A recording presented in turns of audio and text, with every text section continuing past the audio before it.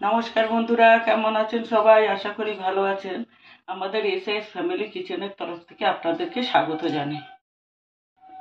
এই যে এই কচুটা দেখতে পাচ্ছেন, এই কচুটাকে বলে ঘট কচু। এই ঘট কচু আজকে আমি একটা রেসিপি ঘট কচুর করব ইলিশ মাছের মাথা দিয়ে। চলুন আপনাদেরকে কেটে দেখাই। এই ঘট কচুটা খেতে অনেক টেস্টি হয়, আর কোনো গলা চুলকায় না, কিছু হয় না।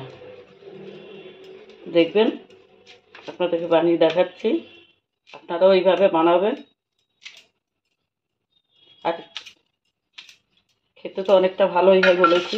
সব কিছু দিয়েই করা যায়, নিরামিষও খাওয়া যায়, মাছের মাথা দিয়েও খাওয়া যায়। আজকে আমি ইলিশ মাছ দিয়ে করবো, চিংড়ি মাছ দিয়েও খাওয়া যায়।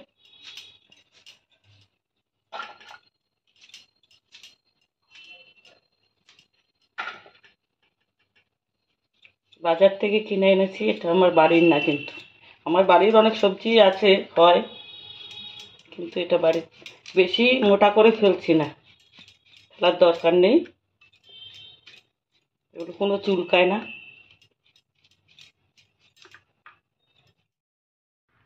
কচুটা কেটে নিয়েছি, একটা নিয়েছি, দুটো নিয়ে নিই, আমার এটাতেই হয়ে যাবে। চলুন রান্নাটা দেখাই।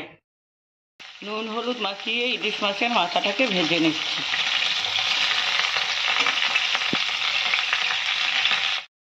মাথাগুলো ভাজা হয়ে গেছে, উঠিয়ে নিচ্ছি।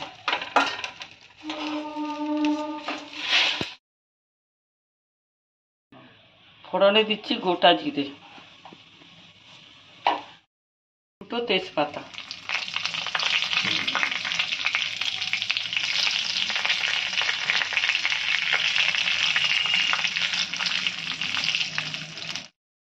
চার পাঁচ কোয়া রসুন কুচিয়ে দিচ্ছি,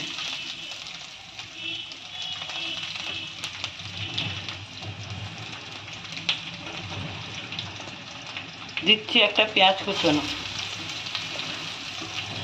যদিও ইলিশ মাছের মাথা দিয়ে কোনো তরকারি রান্না করলে পেঁয়াজ দেওয়া হয় না, কিন্তু এটা কচু যেহেতু, সেই জন্য রসুন পেঁয়াজ দিচ্ছি।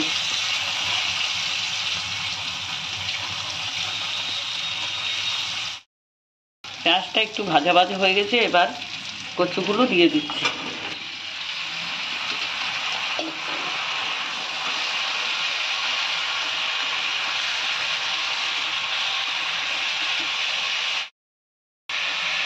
এবার নুন দিয়ে দিচ্ছি,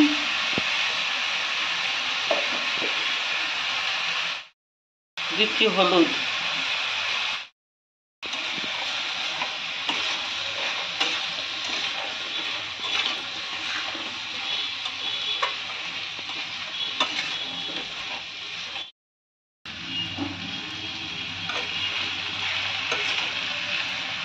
কচুটাকে ভালো করে কষিয়ে নিচ্ছি, একটু ঢেকে ঢেকে কষাবো। কচুটা একটু ভাজা ভাজা হয়ে গেছে, দিয়ে দিচ্ছি 1 চামচ বাটা লঙ্কা, দিয়ে দিচ্ছি 1 চামচ আদা বাটা, বড় চামচের 1 চামচ গোটা ধনে জিরের গুঁড়ো, এটা আমার ঘরে তৈরি।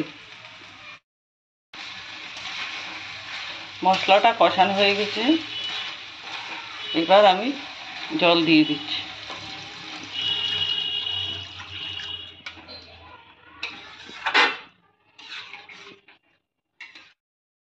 এবার ঢেকে রেখে দিচ্ছি 10 মিনিটের জন্য।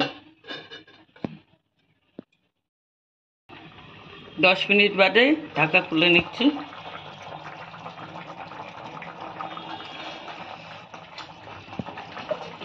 কচুটা সিদ্ধ হয়ে গেছে, এবার মাথাটা দিয়ে দিচ্ছি।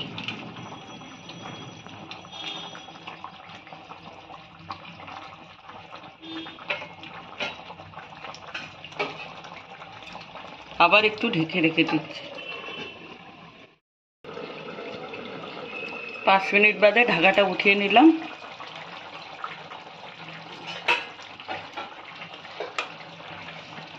আমার কচুর তরকারিটা হয়ে গেছে, ঘট কচুর তরকারি। এবার নামিয়ে নিচ্ছি। এটা ততটাও নরম হয় না, সিদ্ধ হয়ে গেছে, কিন্তু একবারে মান কচুর মতো গলে যায় না, একটু শক্ত থাকে, ছোলা কচুর মতো। এমনি সিদ্ধ হয়ে গেছে। নামিয়ে নিচ্ছি।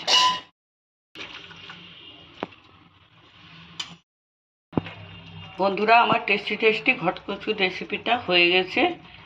আর বন্ধুরা, যদি আমাদের ভিডিও ভালো লাগে আমাদের চ্যানেলটাকে সাবস্ক্রাইব করে আমাদের পাশে থাকবেন। ধন্যবাদ।